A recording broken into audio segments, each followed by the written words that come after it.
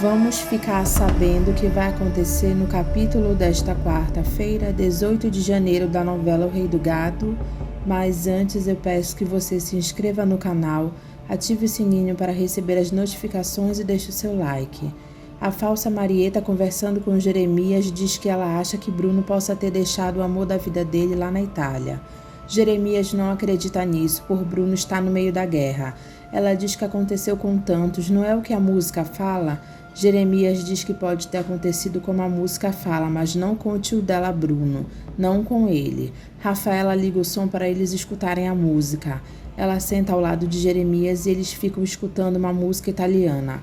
Ela lembra de Gema indo visitar o túmulo de Bruno. Ela se emociona e chora escondido de Jeremias. Chiquita fala umas verdades na cara do senador e ele acaba ligando para Liliana e dizendo para ela esquecer aquela bolsa de estudos para os Estados Unidos. Ela pergunta como esquecer. O senador inventa que deu para trás a bolsa de estudos. Liliana diz que ela sabe que ele não sabe pedir nada para ninguém, né? Porque ele achou que estava se vendendo por uma porcaria dessas, né, pai? Liliana diz que entende ele. Ela já estava desconfiada que era ele que ia bancar tudo mesmo. Ele diz que ele banca. Liliana diz que assim ela não quer e pede desculpas. Ela desliga o telefone. O senador se sente mal por Liliana ter ficado triste. Chiquita pergunta para ele qual foi a bronca. Ele diz que não foi nada, a filha dele desligou. Rosa pergunta para Liliana o que o pai dela queria. Ela diz nada e que elas vão devolver as roupas que elas compraram, porque ela não vai mais viajar. Rosa pergunta se aconteceu alguma coisa. Não aconteceu nada, mãe, só que era o papai que ia bancar tudo. Ele não tinha conseguido bolsa de estudos nenhuma. Então ele mentiu para nós? Liliana diz que o pai dela não sabe pedir nada para ninguém. Imagina que ele ia se humilhar por causa da filha dele. Rosa fica revoltada e diz que tem tanta gente viajando pelo mundo inteiro, gastando horrores com o dinheiro do povo, e o burro do teu pai não consegue uma bolsa de estudos para a filha dele. Ai, meu Deus do céu, eu vou ter que largar o teu pai, minha filha, eu não aguento mais tanta burrice. Liliana pede para ela não falar assim nem pensar nisso. Quem ele pensa que é, o reformador do mundo? Para quem ele acha que está dando exemplo? Liliana diz que é uma questão de princípios do pai dela. O pai dela não abre mão disso. Que princípios? Ninguém está preocupado com isso hoje em dia. Olha, depois dessa eu quero que ele se dane. Liliana liga para o pai dela e diz que ela só ligou para dizer que ama ele e desliga o telefone. Ele fica tão feliz por esse gesto dela. Leia volta para o apartamento dela. Ela diz que ela devia saber que não ia dar certo.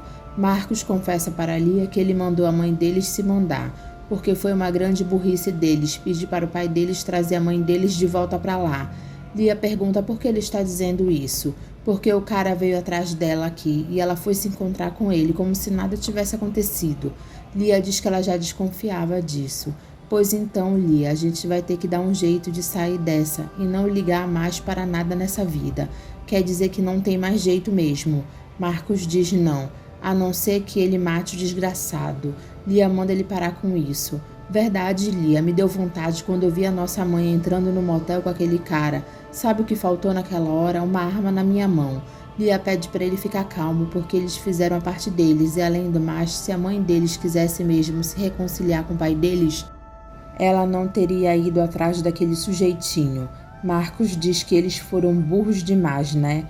Lia diz que eles são dois estúpidos querendo salvar o que não tem mais salvação. Leia diz para Ralph que o Marcos seguiu ela e viu eles dois entrando no motel.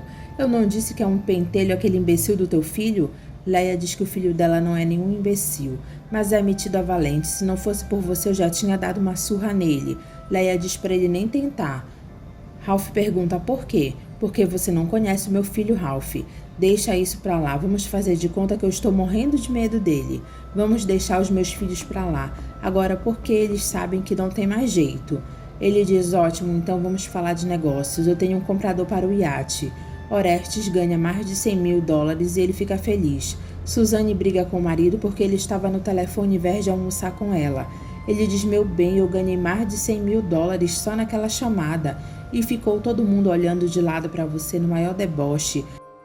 Eu tô pouco me lixando para esses coitados. Além do mais, telefone celular é símbolo de status, sabia? Só se for de gente pobre, qualquer um tem. Ele manda ela parar com isso. Suzane joga o celular de Orestes na água do champanhe. Ele pergunta irritado por que ela fez isso. Ela diz porque ela foi lá almoçar com ele, não com o telefone celular dele. Se você atender, eu vou embora. Orestes fica olhando com raiva para ela. Leia fica revoltada com Ralph por ele estar querendo vender o barco pela metade do preço que ela comprou. Ralph diz que foi a melhor oferta que ele conseguiu por ele. Pois então eu não vendo, por esse preço nunca. Ralph pergunta se ela vai ficar sustentando aquele navio parado lá no porto. Vou, deixa ele lá. Aquele navio, como você está dizendo, eu comprei para os meus filhos, mas eles nem aparecem por lá. Leia diz que pode ser que amanhã tudo mude e eles queiram usar o barco deles. Mas o barco não é seu. Ela diz que é, mas por esse preço ela não quer vender. Ralph diz que ele está precisando dessa grana. Ela diz que ele deve estar brincando. Eu tô dizendo que eu tô precisando dessa grana. Você vai lá dentro e pega o documento porque eu vou vender aquela jossa. Ela diz nem morta. Ralph diz que o cara já deu uma grana para ele como sinal. Ela manda ele devolver o dinheiro. Ralph diz que ele não pode. Como não pode? Esse barco é meu. Ele foi comprado no meu nome e eu não quero vender por esse preço. Mas eu vendi. Vai lá dentro, pega o documento e assina tudo direitinho porque senão eu te sento a mão na cara. Ela diz para ele nunca mais colocar as mãos sujas dele em cima dela. Ele diz que ela então vai fazer o que ele está mandando. Você foi atrás de mim lá em Ribeirão por causa disso? Ele mente e diz que não, que ele foi lá por causa dela, porque ele estava morrendo de ciúmes dela. Ela diz, ciúmes de mim, não me faça rir. Você por acaso acha que eu sou algum imbecil? Ralph mente e diz que é verdade, ele tinha medo que ela voltasse para o marido dela. Você deve estar brincando, né? Eu não estou brincando não, eu estou te pedindo mais uma chance. Ela diz, para com isso, para. Ralph fala palavras bonitas para Leia para tentar convencer ela. Ele diz para ela esquecer o barco, se ela não quer vender pronto, ele se vira de outro jeito. Leia pergunta para que ele estava querendo tanto dinheiro assim. Ralph mente novamente e diz que ele estava interessado em abrir uma corretora de imóveis, um escritório. Ele já falou disso para ela. Ela diz que ele já falou de tantas coisas, mas ele nunca realiza nada. Ele diz que agora é verdade, porque ele quer ela lá com ele nesse negócio. Ela pergunta como assim? Ralph diz que ele é um excelente corretor, se ela quer saber. Ela diz que conversa para isso ele tem até demais, principalmente se a cliente for uma mulher bonita. Ela pergunta onde ela entra nisso. Ralph diz que ela é uma mulher bonita, quem não se interessaria por ela. Ela pergunta o que isso quer dizer. Quer dizer que é perda de tempo ela estar trancada no apartamento enquanto ela poderia estar lá fora batalhando com ele. Você já pensou como bela corretora de imóveis você daria? Ela confessa que nunca teve uma ideia tão maluca. Ele diz que ela pode começar a pensar. Ela diz que nunca se imaginou trabalhando. Porque você vivia na sombra do rei do gado. Eu estou te oferecendo uma chance de trabalhar comigo. Ela diz que não acredita e que ele tem cada ideia. Ralph diz que ela tem que acreditar nele e nela. Ela pergunta se ele acha que ela pode. Ele diz que ela pode tudo que ela quiser, menos deixar ele. Ela diz que encanta a ideia para ela de trabalhar e fazer alguma coisa nessa vida. Eu devo ser louca, maluca mesmo, porque no início da conversa você disse que queria me agredir. Ele diz que agora ele só quer encher ela de beijos. Os dois se beijam. Orestes se irrita com Suzane pelo que ela fez. Ela tenta disfarçar o nervosismo dela e diz que ele deve estar com a consciência pesada e pergunta o que ele andou aprontando nessa viagem. Pelo amor de Deus, não começa com isso, eu não andei aprontando nada e você sabe disso. Suzane diz que ela não sabe de nada, ela só desconfia, pois eu não te dou esse direito e nem admito que você venha com essa conversa. Tá vendo como é que você está agressivo, Orestes? Pague a conta e vamos embora, por favor. Eu deveria até me sentir lisonjeado com essa tua ceninha de ciúmes, Suzane, mas eu acho que tem alguma coisa errada. O que está errado? Orestes diz que ele não sabe, mas ele vai avisar ela mais uma vez que se um dia ela tiver que trair ele é para ela avisar antes. Que bobagem você está falando, eu jamais pensei em te trair.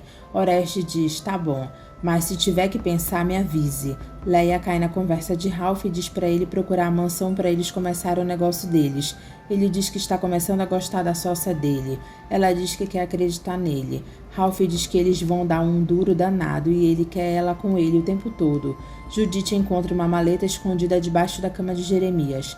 Ela abre a maleta e vê que é uma arma. Ela se assusta e pergunta de onde é que veio isso. Ela nunca viu isso lá. Ai, Virgem Santa, eu não posso estar pensando o que eu estou pensando. Chiquita diz para si mesma que qualquer dia ela se deita com o senador só de raiva que ela tem de Rosa. Bruno visita o frigorífico de um fazendeiro. Judite comenta com a falsa Marieta que quando ela foi arrumar o quarto do tio dela, ela achou uma coisa que ela ficou arrepiada. Ela pergunta o que ela achou. Judite diz uma arma. Ela diz: arma? Que arma? Uma arma grande. Eu nunca tinha visto isso no quarto dele. O que tem de mais, Judite? Para de pensar bobagem. O que tem? O meu tio tem uma arma. Qualquer um pode ter uma arma. Judite pergunta se ela já viu a arma. Eu não, Deus me livre, eu tenho horror à arma. Judite diz que ela estava pensando no tal Dr. Fausto. Você tá achando que foi o meu tio? Não, eu não quero nem pensar numa coisa dessas. Então para de falar bobagem e esquece essa arma. Jeremias conta para Judite e a falsa Marieta que o filho de Olegário está chegando e que ele vai ter que enfrentar essa situação de dizer para o pobre o que aconteceu com o pai dele.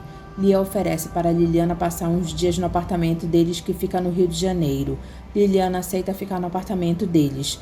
Rosa pergunta se ela vai aceitar ficar no apartamento deles. Ela diz que só quer ir embora de lá, é só isso que ela quer. Rosa pergunta do que ela está fugindo e ela fica toda desconfiada. Zé do Araguaia procura pela Luana no acampamento de Sem Terras. Ele pergunta se é lá o acampamento do Regino e pergunta o que ele quer com o Regino. Ué, eu tô procurando uma pessoa que deve estar com ele. Que pessoa? Zé diz que os amigos aí podem guardar as armas porque ele é de paz. Então pode falar com a gente mesmo. Zé diz que ele está procurando uma moça chamada Luana. Eles dizem que não conhecem. Zé pergunta: e Marieta Berdinazzi, vocês conhecem? Eles dizem que lá não tem ninguém com esse nome. Como é que eu posso falar com tal de Regino? Dona Ana chora pensando em Luana. Zé do Araguaia diz para Regino que ele está procurando Luana. Regino diz que ele nunca ouviu falar desse nome. Zé diz na cara de Regino que ele está mentindo porque ela saiu daqui da sua gente. Mal ele pergunta: eu estou falando com quem? Ele diz com Zé do Araguaia. Ele foi lá a mando do patrão dele, o seu Bruno Mezenga. A Jacira diz para a Luana que ela estava certa mesmo e vieram atrás dela. Luana pergunta quem foi que veio. Um sujeitinho que disse se chamar Zé do Araguaia e que veio a mando do patrão dele. Luana diz o seu Zé. Ela vai andando para ir lá com o Zé e Jacira pergunta se ela vai se entregar. E Luana fica olhando para ela. Regino diz para Zé do Araguaia que ele se lembrou de quem ele está falando e diz que eles nunca mais viram Luana. Zé diz que o patrão dele matou um boi para eles. Regino diz que Bruno deu os anéis para não perder os dedos. Não fala besteira, seu Regino. Meu patrão não é homem de ter medo de invasor de terra dele, não. Regino pergunta quantos bois o patrão dele tem. Zé diz que não sabe, não dá para contar. Regino pergunta se ele é um deles. Zé olha para ele com raiva. Luana aparece para Zé do Araguaia. Ele fica feliz com um sorriso lá em cima e diz: Luana. Ele abraça ela. Regino fica olhando para os dois. Zé do Araguaia olha com raiva para Regino porque ele estava mentindo. Luana diz para Zé que foi muito difícil de largar Bruno. Ele diz que para Bruno também não foi fácil. Luana diz que Bruno esquece ela logo. Que isso, menina? Então eu não vi a tristeza dele quando ele foi lá na fazenda me pedir para levar você de volta?